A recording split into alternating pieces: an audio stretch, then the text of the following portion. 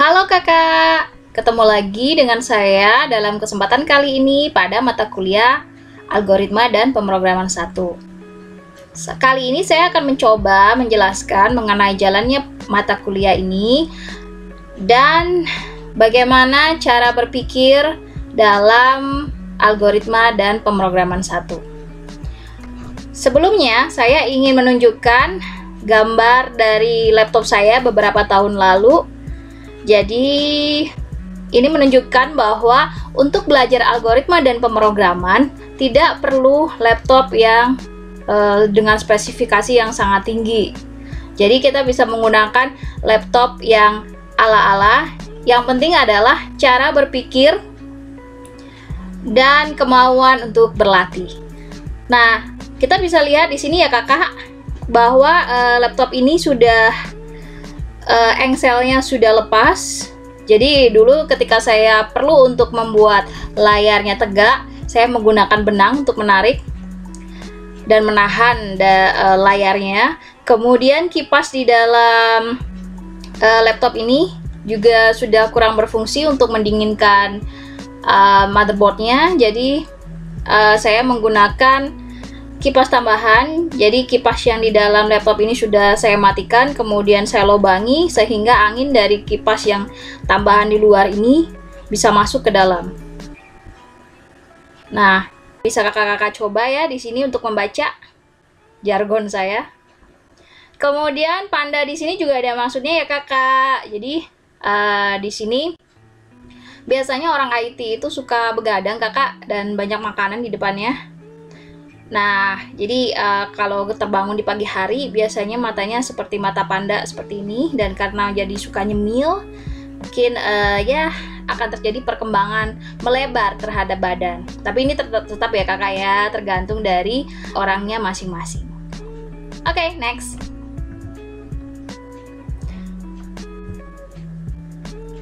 Karena yang mengambil mata kuliah ini kebanyakan adalah mahasiswa tingkat 1 atau mahasiswa baru, maka saya perlu menjelaskan ini. Kenapa ketika di universitas dipanggilnya mahasiswa, bukan hanya siswa saja seperti ketika kita sedang menjadi siswa TK sampai SMA.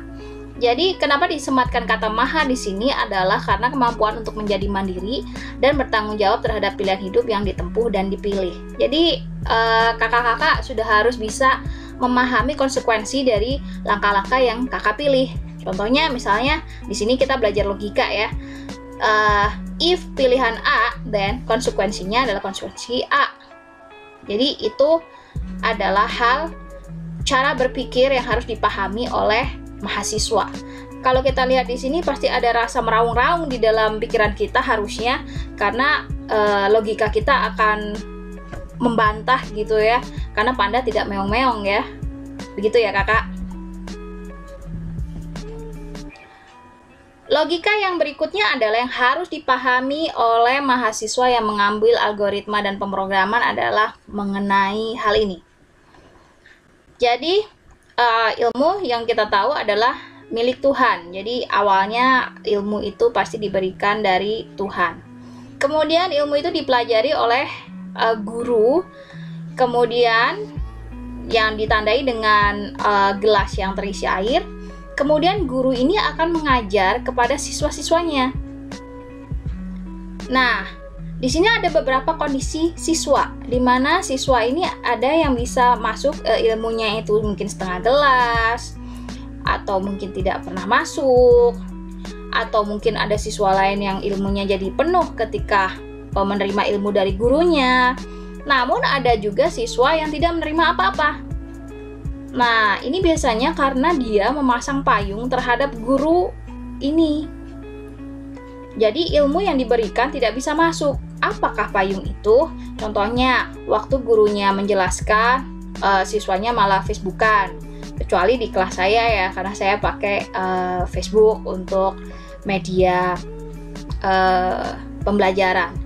Kemudian pikirannya tidak tertuju, tidak fokus pada penjelasan dari gurunya. Misalnya mungkin lagi patah hati atau kondisi marah, misalnya marah dengan gurunya, nggak suka sama gurunya, atau misalnya gebetan yang ditinggung teman sendiri, atau misalnya ngantuk, atau malah ngegame.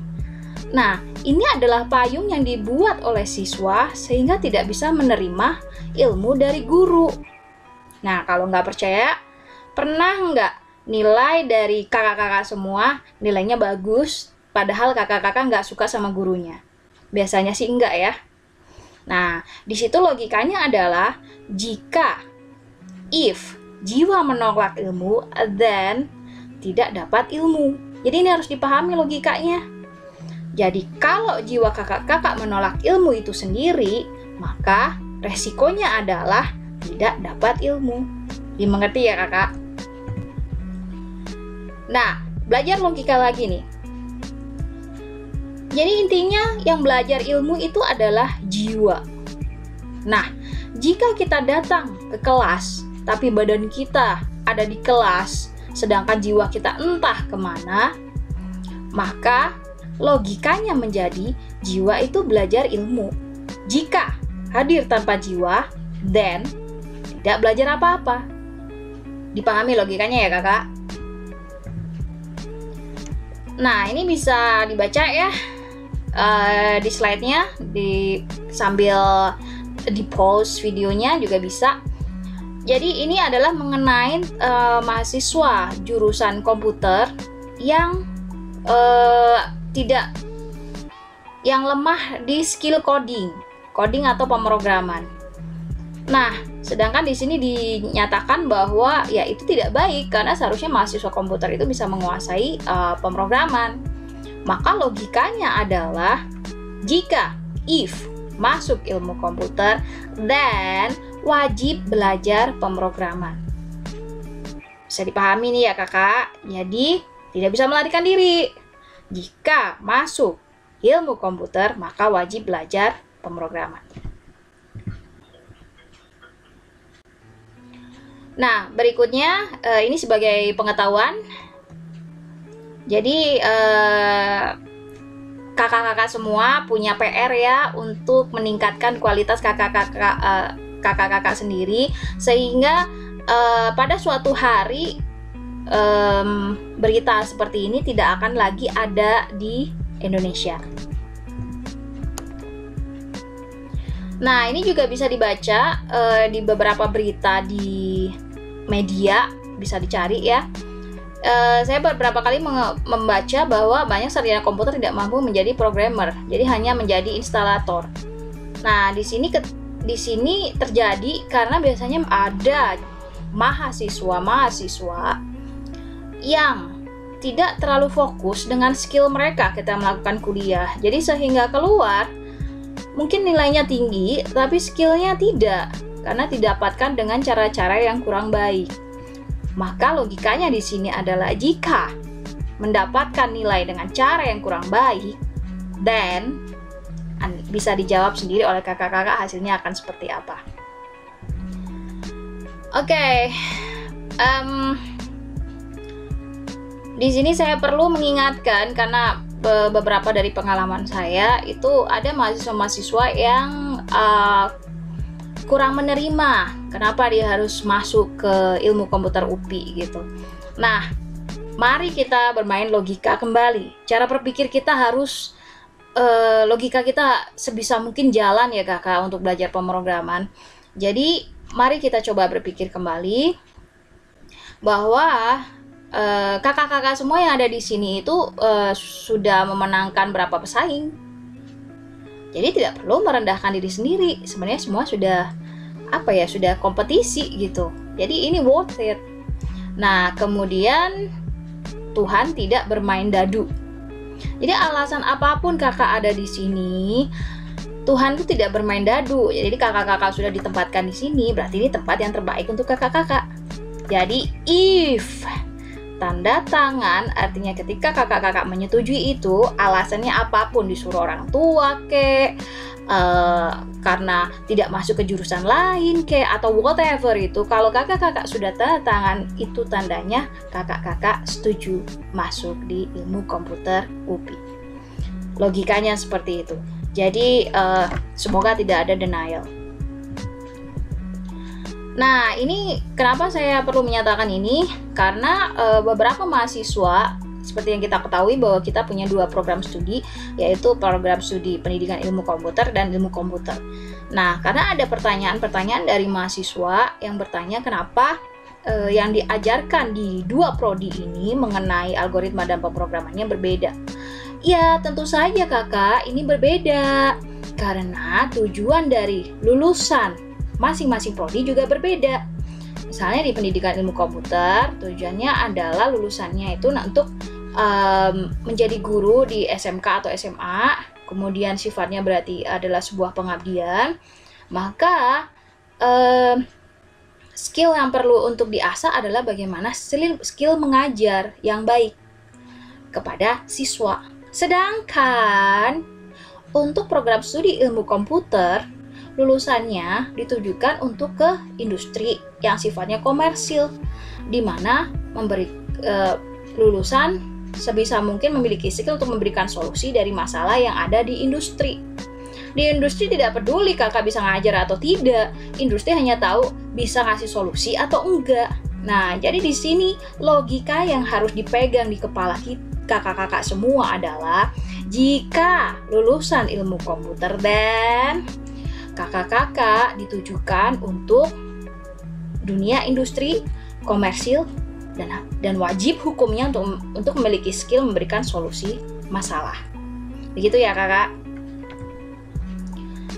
Nah, ini informasi untuk salary guide tahun 2019, karena saya cari yang 2020 belum ada.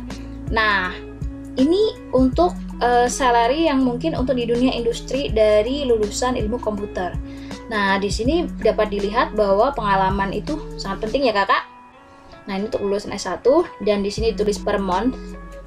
Jadi kakak-kakak bisa melihat sendiri. Inilah gaji-gaji sesuai atau pendapatan sesuai dengan profesi yang kakak nanti pilih ketika lulus. Nah, nanti kakak-kakak juga bisa punya pilihan untuk menjadi dosen.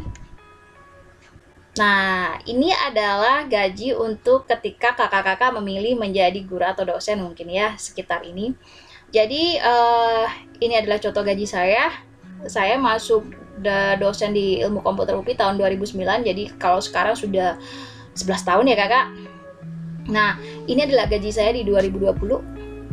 Kakak bisa lihat.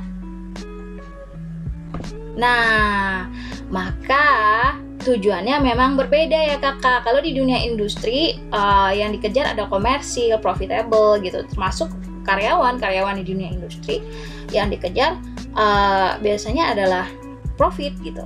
Nah, namun kalau menjadi pengabdian, di mana dosen dan guru biasanya adalah pengabdian, maka kita nggak bisa ya cari gaji di dunia pengabdian. Di sini ukurannya sudah beda ya kakak, ini panggilan jiwa. Jadi berbeda lah.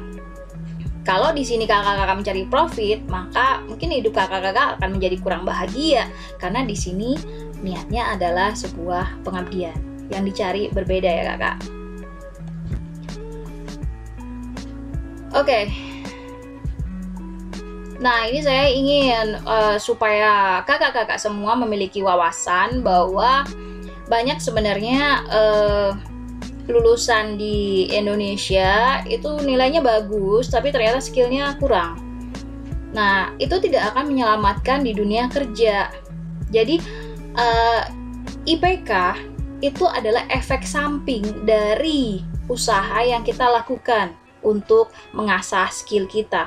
Jadi, yang harus menjadi pikiran utama ya bukan tentang IPK, tapi bagaimana kita mengasah skill dan efek sampingnya adalah menghasilkan IPK yang bagus. Itulah yang akan membuat kita survive nanti ketika kita lulus dari universitas. Nah, ini kemudian mengenai kecurangan-kecurangan yang terjadi di Indonesia yang dimulai dari sejak menjadi siswa maupun mahasiswa ya. Jadi stop ya kakak-kakak semua. Sudah banyak koruptor di negara ini. Tolong jangan ditambah lagi. Jadi semuanya pasti berawal dari hal-hal yang tidak jujur gitu. Jadi kalau kita ingin memperbaiki negara ini, terutama kakak-kakak nih ya, karena masa depan kan kakak-kakak nih yang pegang. Jadi ya stop gitu, kita stop dari diri kita. Nah ini adalah penelitian saya terhadap mahasiswa. Jadi kita nanti akan berkenalan dengan sistem yang disebut CSPC. Di CSPC saya membuat code clone detection, jadi mendeteksi kode program. Apakah itu sama dengan peserta lainnya atau tidak? Jadi bisa kita lihat di sini.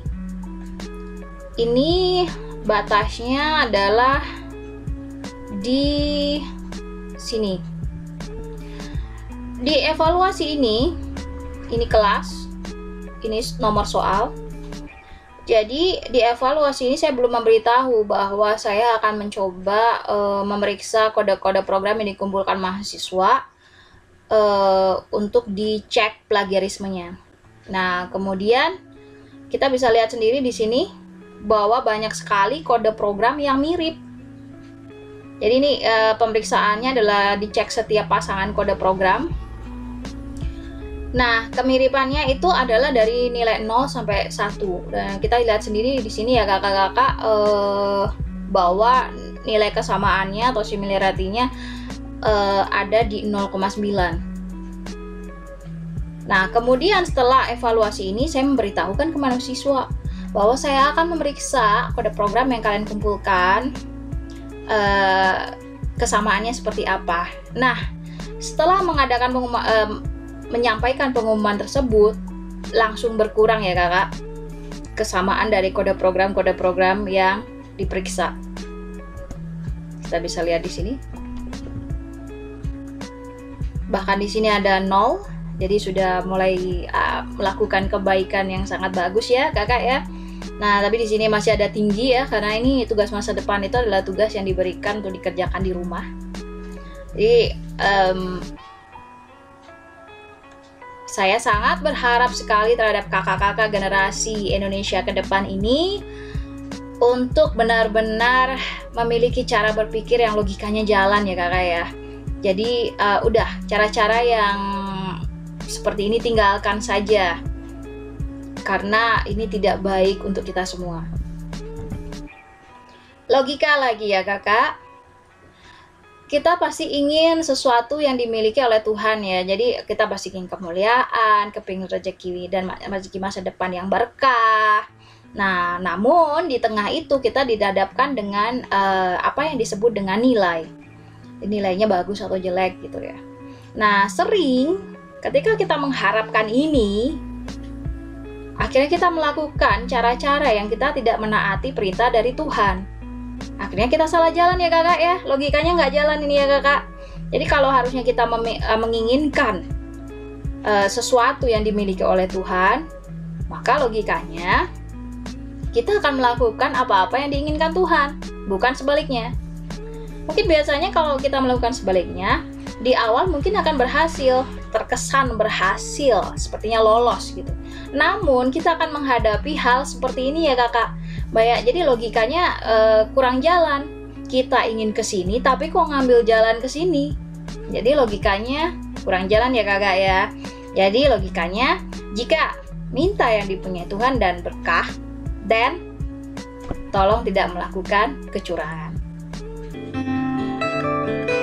Apa yang kau lakukan di belakangku?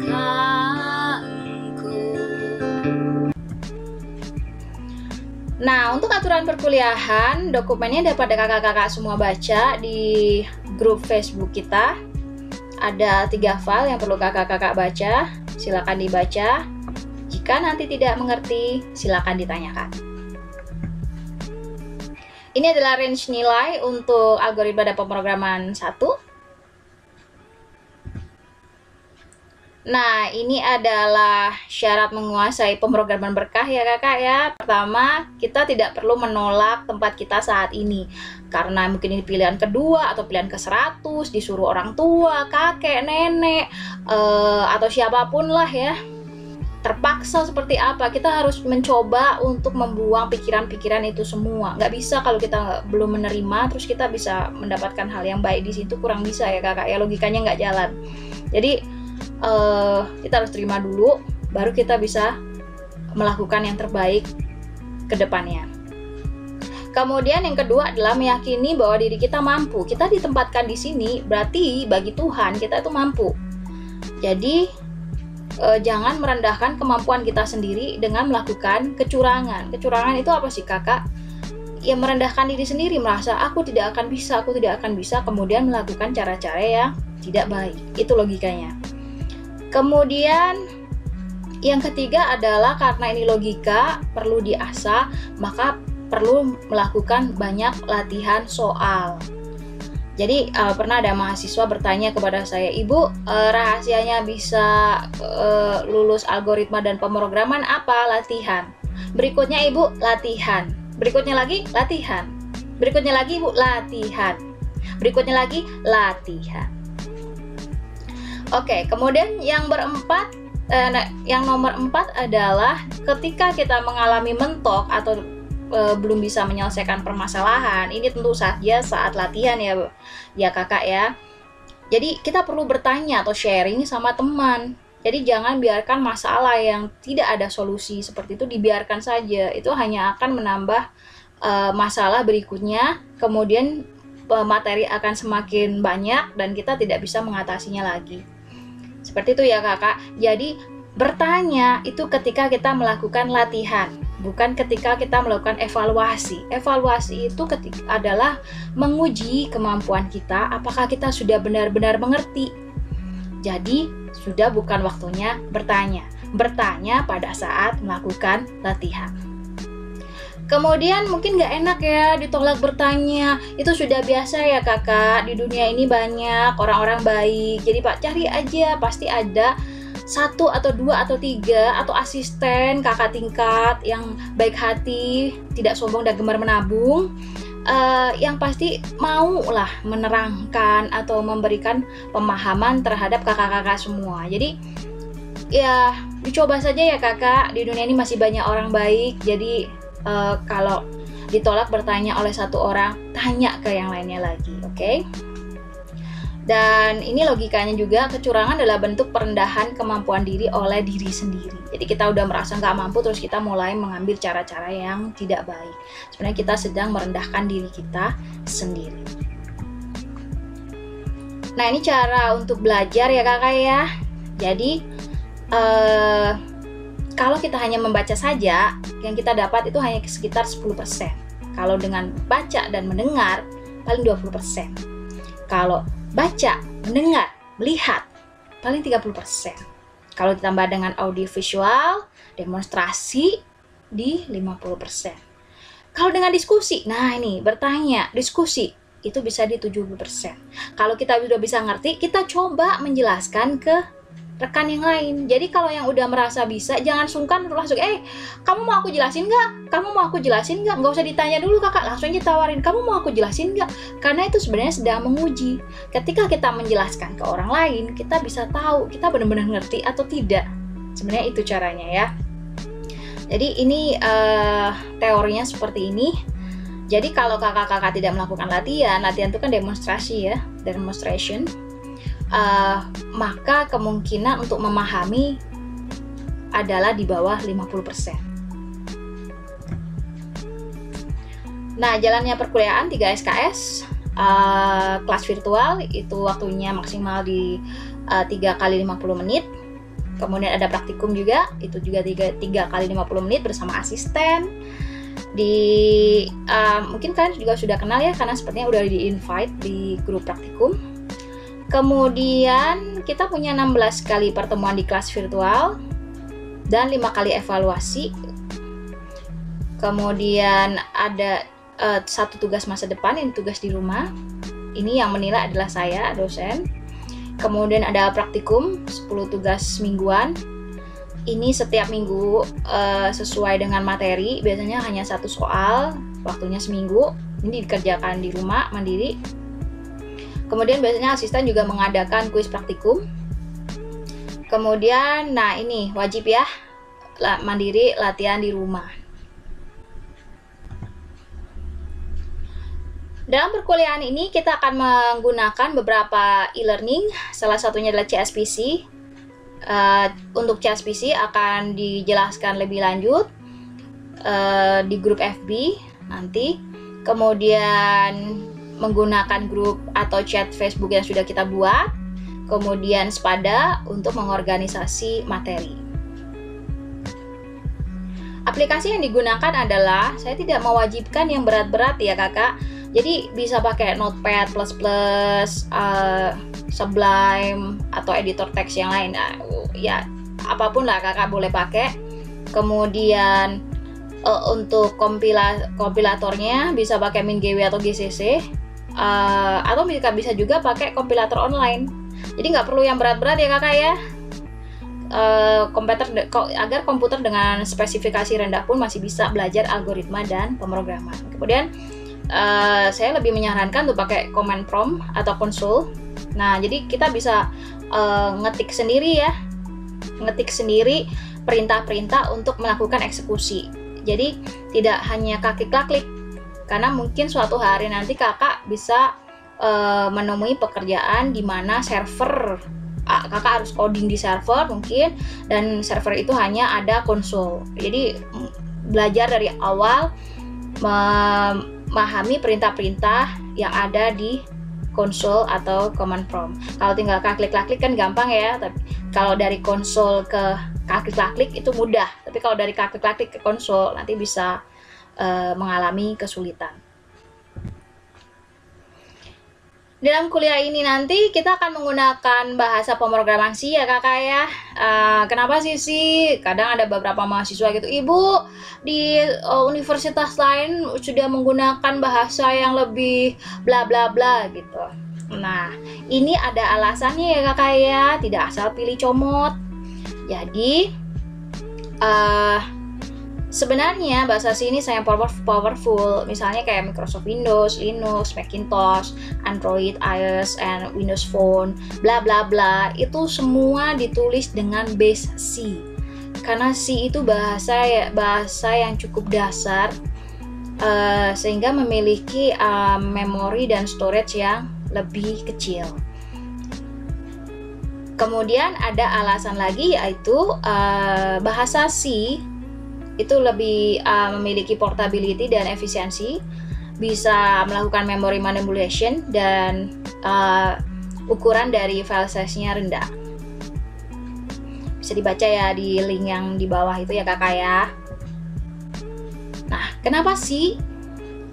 Nah, jadi C ini sudah dibuat oleh Dennis Ritchie dan Ken Thompson pada tahun 69 dan 73. Lama banget.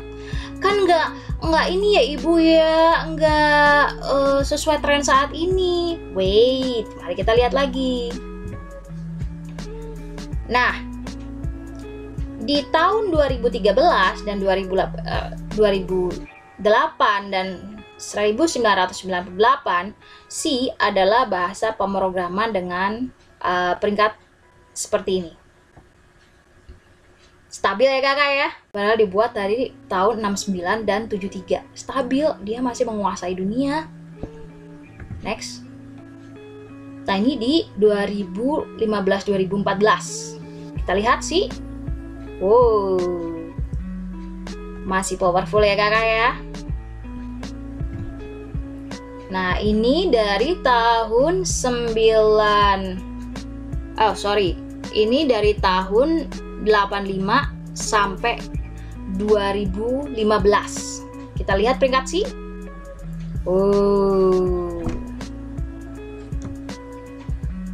Nah, ini untuk tahun 2016 C.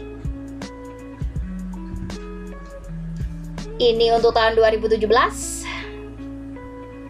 Ya, C. Ini untuk 2018. C. 2019. C. 2020. C. Terbayang tidak? Dari tahun diciptakannya dia sampai sekarang, dia masih ada di peringkat paling di sekitar 1-4. Jadi lebih everlasting ya kakak ya. Jadi bukan hanya untuk mengikuti tren, tapi ini sebenarnya bahasa yang lebih everlasting, bahasa yang lebih dasar, seperti itu. Maka kita perlu mencoba untuk untuk belajar logika dengan bahasa yang lebih dasar. Nah, ini saya temukan di meme pemrograman. C adalah God's programming language. Nah, ini contoh program menggunakan bahasa C. Jadi nanti kakak-kakak semua bikin tulisan-tulisan kayak gini nih. Terus nanti dieksekusi dengan perintah-perintah sejenis ini. Jadi kita belajar ya. Nah, kemudian contohnya lagi kalau buat happy-happy di awal supaya senang dengan bahasa C, kita bisa bikin seperti ini. Nanti hasilnya seperti ini program kita. Nah, ini logika ya. Menguasai pemrograman harus dengan banyak latihan membuat program. Jika tidak mau latihan membuat program, maka bisa kakak-kakak jawab sendiri ya. Jadi kalau logika kakak-kakak sudah jalan, kakak-kakak akan memahami ini dan melakukan apa yang harus dilakukan. Nah, saya akan membahas pertanyaan umum yang sering dilemparkan oleh mahasiswa di tingkat 1. Ibu, kenapa soalnya tidak sesuai dengan dunia nyata? Jawabannya adalah, lah, yang masih soal gak jelas aja pada belum bisa, apalagi yang untuk dunia nyata. Jadi kakak-kakak perlu memahami ini bahwa ini adalah tahapan proses belajar. Pertanyaan berikutnya, Ibu, kenapa harus melibatkan Tuhan untuk janji segala? Tuhan itu sudah otomatis terlibat pada apapun sejak kita lahir, gitu ya kakak. Jadi apapun itu pasti terlibat. Jadi bukan hanya untuk janji saja di dalam mata kuliah ini. Pertanyaan umum. Ibu nggak ngerti. Lalu saya menjawab, nggak ngertinya di bagian mana? Semua. Nah, kenapa kejadian ini bisa terjadi? Hal ini biasanya terjadi karena ketidakfokusan, kemudian ketidakpedulian, di mana ketika awal tidak mengerti dibiarkan tanpa dicatat di mana mulai tidak mengerti. Kemudian karena tidak mau melakukan ini, bebannya diberikan kepada pengajar. Semua, jelasin semua lagi. Seperti itu. Jadi tidak bisa seperti itu ya kakak-kakak semua. Coba mulai belajar mendeteksi mulai dari mana ketika kita tidak memahami, disitulah kita yang mencoba untuk menanyakan. Mulai dari sini saya tidak paham, karena kakak-kakak semua sudah mulai menjadi mahasiswa. Nah, jika kakak-kakak semua memilih pilihan, udahlah nggak ngerti, jadi dia memilih untuk tidak peduli, maka logikanya adalah if tidak peduli dan tidak mengerti. Bisa dipahami ya kakak ya. Nah, saya akan sharing ini gejala penyakit umum dari mata kuliah algoritma dan pemrograman. Di sini ada quote ya. Kalau Anda mengatakan bahwa Anda mengerti ketika dosen menjelaskan materi di kelas, namun Anda kebingungan ketika mengerjakan soal ujian, itu berarti Anda belum mengerti. Ini harus ngaku dulu ya kakak ya. Jadi kalau ngerjain soal nggak bisa, berarti sebenarnya kakak-kakak itu belum ngerti. Ngaku dulu. Kalau kita belum ngerti dan kita ngaku, maka kita akan melakukan proses belajar lebih lanjut.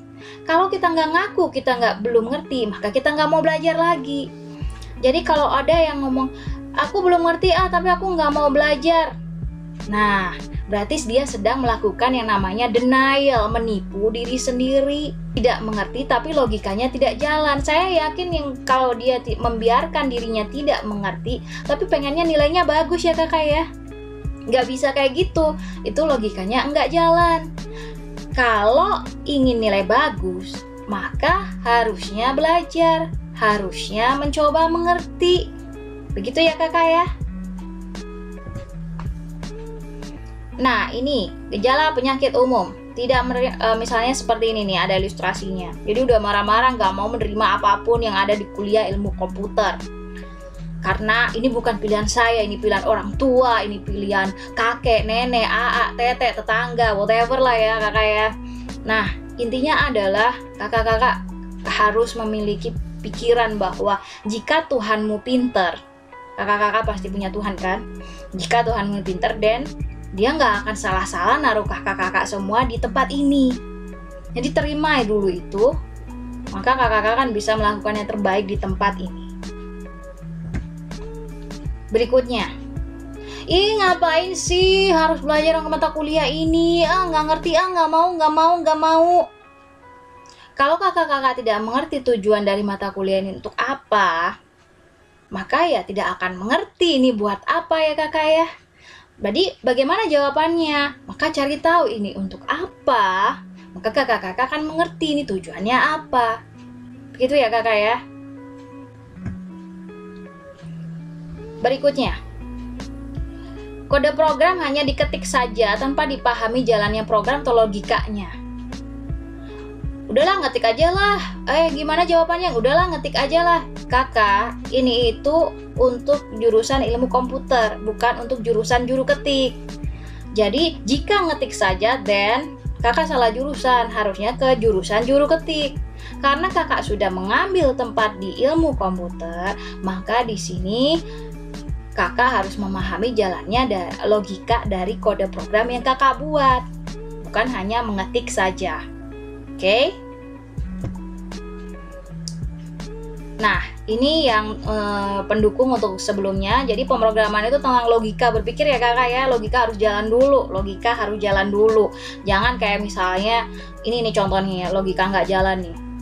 Tolong perhatiannya, kalau gue ngasih lu pertanda-pertanda kecil, itu berarti artinya gue suka sama lu. Lu ngerti nggak? Gue suka sama lu. Gue udah capek ngasih kode segala macem. Gue kayak anak pramuka, kebanyakan kasih kode, lu tahu. Kalau gue udah muji-muji lu sampai segala macam, itu artinya gue suka sama lu. Kalau gue udah nemenin lu chat dari pagi sampai tengah malam, itu artinya gue suka sama lu. Kalau gue udah rela ngomongin keluarga gue, temen gue, kehidupan gue, masa lalu gue, semuanya, itu berarti artinya gue suka sama lu. Gue suka. Nah, kita tahu kan kalau manusia itu nggak bisa ngeramal isi hati orang lain. Gimana kita bisa tahu kalau orang lain itu nggak bilang? Oke, jadi dalam video sebelumnya itu tadi logikanya kurang jalan ya kakak ya. Susah untuk memahami pemrograman kalau logikanya belum jalan. Jadi harus jalan dulu, oke?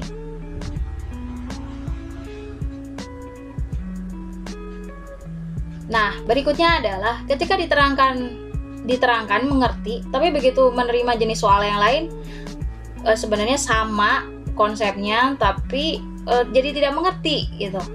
Nah, ini adalah denial ketika sebenarnya belum paham, tapi merasa diri sudah paham. Jadi bagaimana cara memeriksa diri kita paham? Kerjakan soal-soal yang banyak, latihan. Apa? Latihan. Nah, ini sering sekali terjadi pada mahasiswa baru. Aku tuh bisa ngerti solusinya, tapi gimana ya? Kok dalam nggak bisa? Aku itu ngerti cara berpikirnya, tapi bagaimana ya nulisnya dalam bahasa asing? Nah, solusinya adalah apa kakak? Latihan. Itu artinya kakak-kakak belum terbiasa dengan bahasa asing, maka kakak perlu untuk latihan. Apa? Latihan. Berikutnya, aduh ngeblank, nggak ngerti sama sekali. Gimana bikinnya? Nggak ngerti bikinnya. Gimana? Nah, ini lebih jauh lagi kakak. Ini bisa jadi ketika kakak lihat video ini ngeblank, hatiku entah kemana, atau mikirin gebetan yang ditikung teman dekat, seperti itu ya kakak ya. Jadi jiwanya nggak ada kakak. Ayo. Nah, tidak bisa ya seperti itu. Jiwa itulah yang belajar. Jadi jiwanya harus ada di situ untuk memahami. Ayo, yang jiwanya ngeblank bisa ditonton lagi video ini nanti dari awal. Nah, ini Sudah belajar sendiri tapi tetap aja nggak ngerti.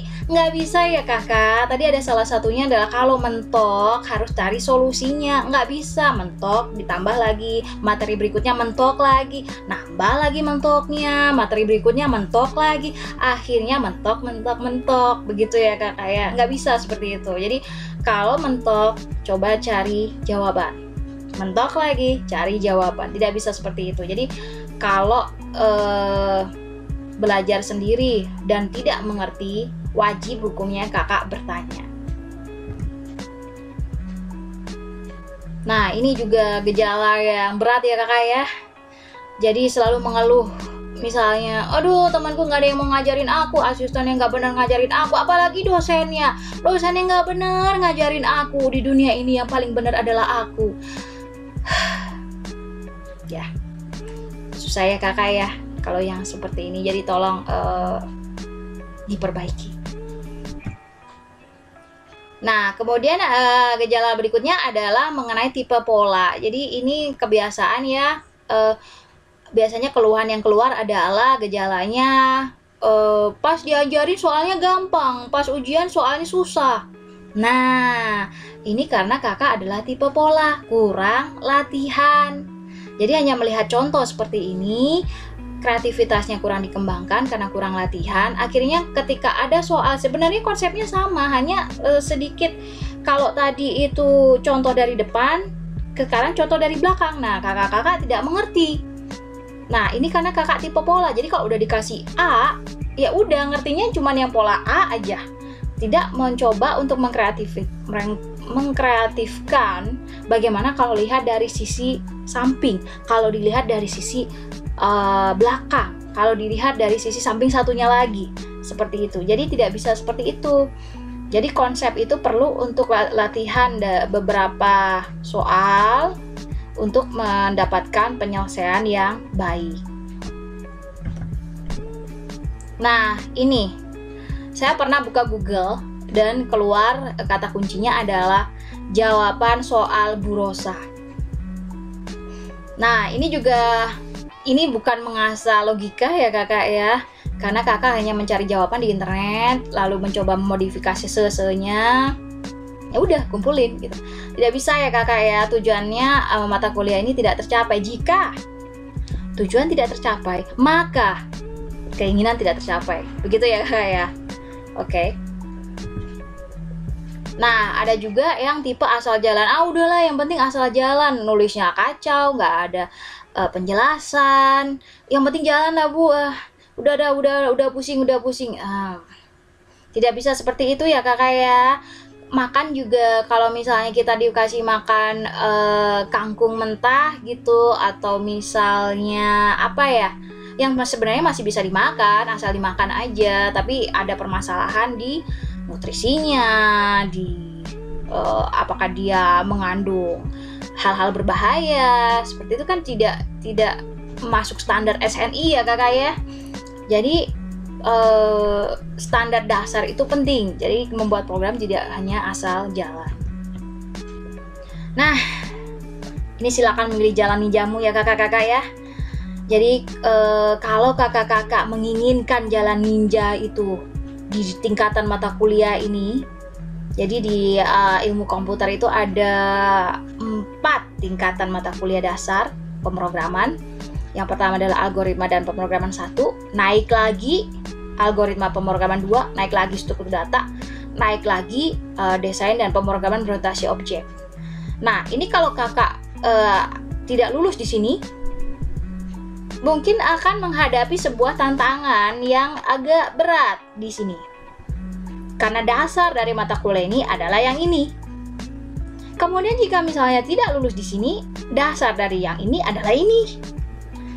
Jika tidak lulus di sini, dasar dari ini adalah ini. Jadi tolong dipikirkan ke depan jalan ninjamu ya kakak-kakak ya.